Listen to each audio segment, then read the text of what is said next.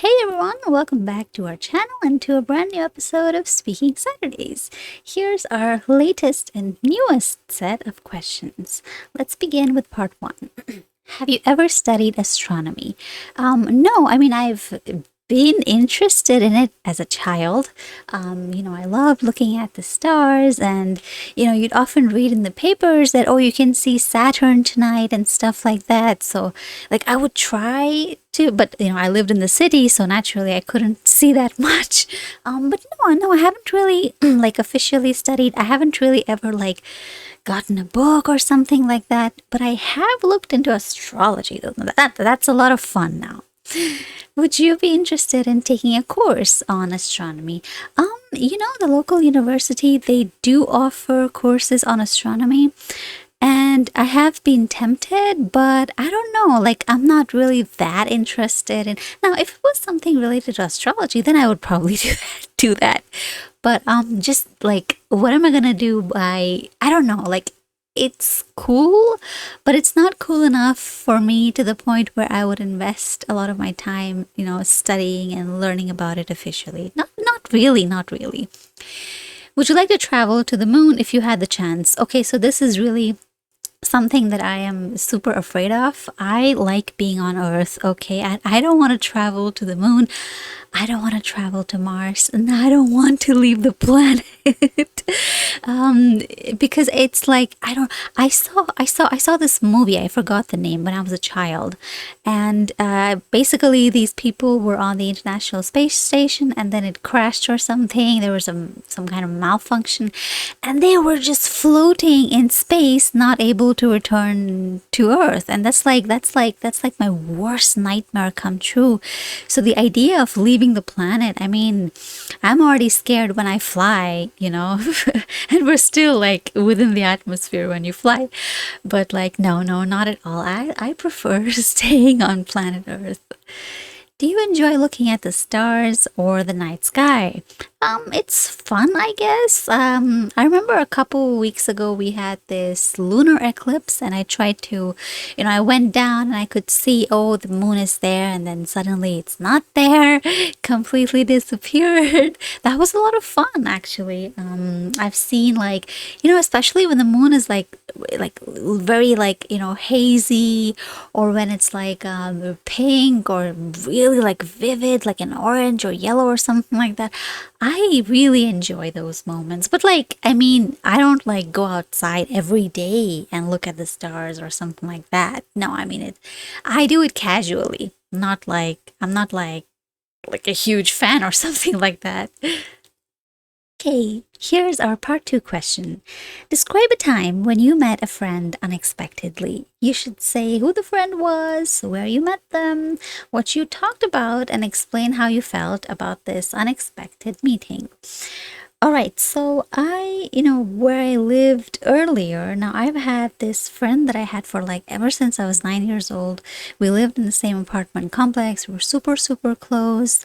And by the time, obviously as a child, you spend a lot of time, with your friends, but you grow up and you've got college, you've got work, etc. So you don't really get to see each other that often. That's just adulthood. Now, I hadn't seen my best friend in, I don't know, a couple weeks or maybe even months. Like, we just kind of fell out of contact.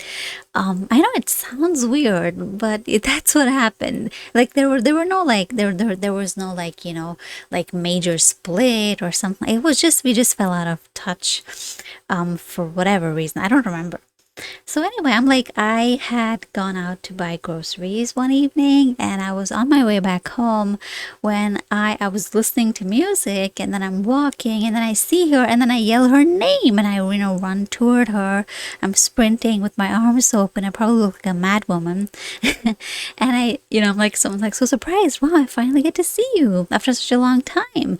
And we were both like overjoyed, and like, because it was so rare for us. I think this was maybe during exam season, I guess. I don't remember, but yeah, so we were like, wow, we finally get to meet, and we didn't even plan it, so that was like the cherry on top, in fact. And we oh, and you know what, the most amazing thing though is, so she tells me that she's been listening to one of my favorite bands, My Chemical Romance, and she's like, oh, I love that song of theirs, and I think it was, I don't know, Welcome to the Black Parade or Teenagers or something like that. And I was like, wow, no way, you like my favorite band now? Because this happened like a couple years ago. So we were in our mid 20s. I've been a fan of this band since I was 12. And I even tried to get her into them at the time when we were teenagers.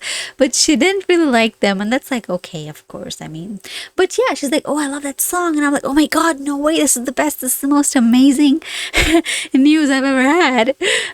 So I was like super excited. And we listened to the song together. I had one earpod in my ear. She had the other one. We were walking and we were listening to the same song. And we were chatting about things and catching up on. Yeah, we had like a couple weeks or months, like I said, of things to catch up on. So, but it was like immediately like like the old time. So that was fun. That's a memory that I'll always like have in mind. Okay, now let's go on to part 3. There we go. So the first question is, do you prefer planned meetings or unexpected ones? Why? This really depends on the kind of meeting. I mean, if let's say I'm doing something right now, right? And somebody just knocks on my door and they want to see me, that's not okay. That's never okay with me. I just hate that. I mean, you have to tell me, because my calendar, I mean, it sounds a bit weird. Like in some cultures, you just, show up to people's homes and it's like, okay, but not for me.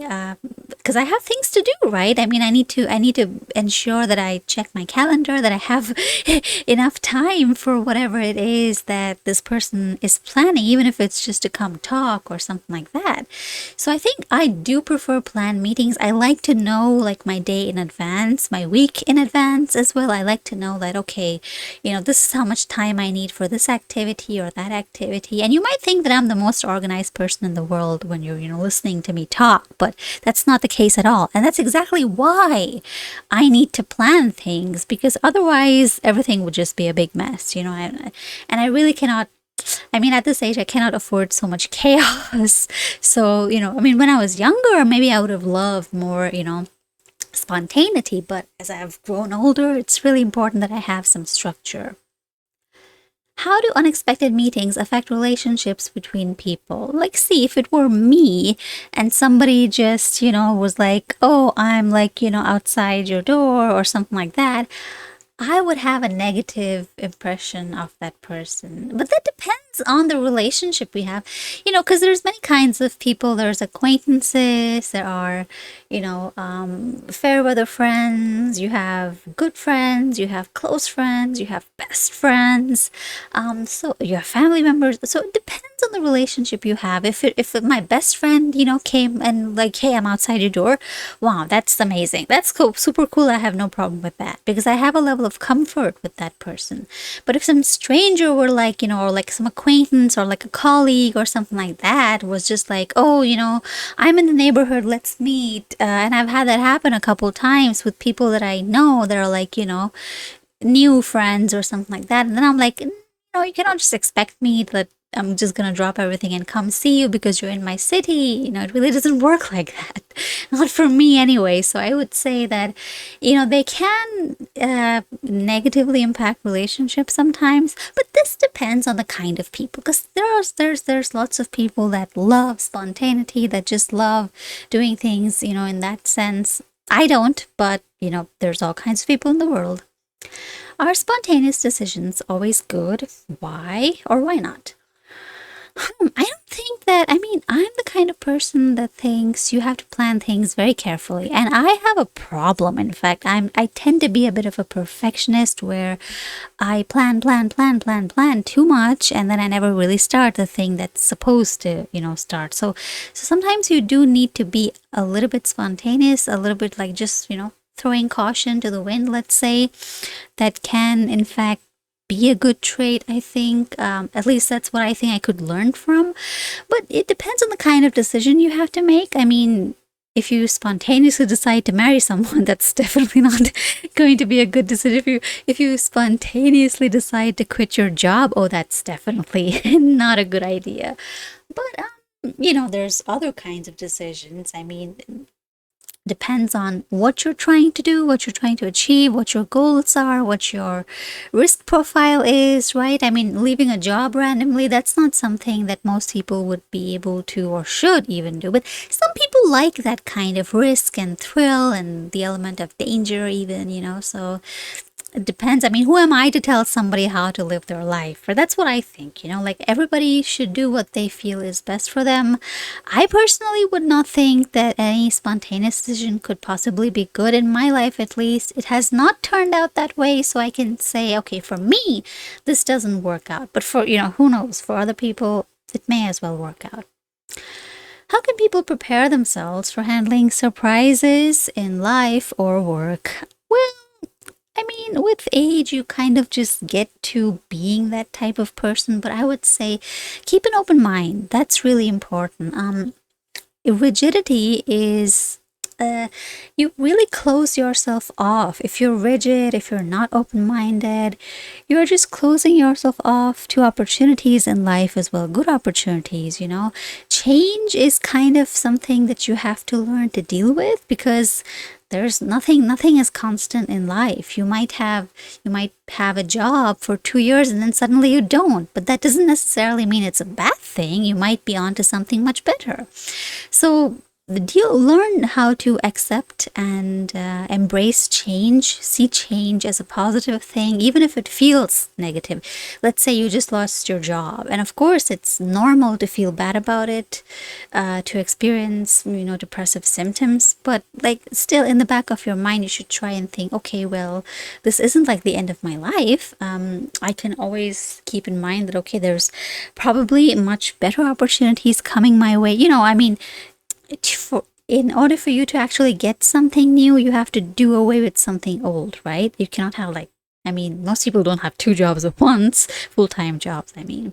So that's just one example. But yeah, I think if you keep an open mind, train yourself to accept things as they are and not, be a big pessimist. I think pessimism is the problem. I'm not saying you have to be an optimist, but at least try to avoid pessimism, because it really makes life difficult in general. But if you're a positive person, or you try to see the glass as half full instead of half empty, then you'll find that things are a lot smoother in life.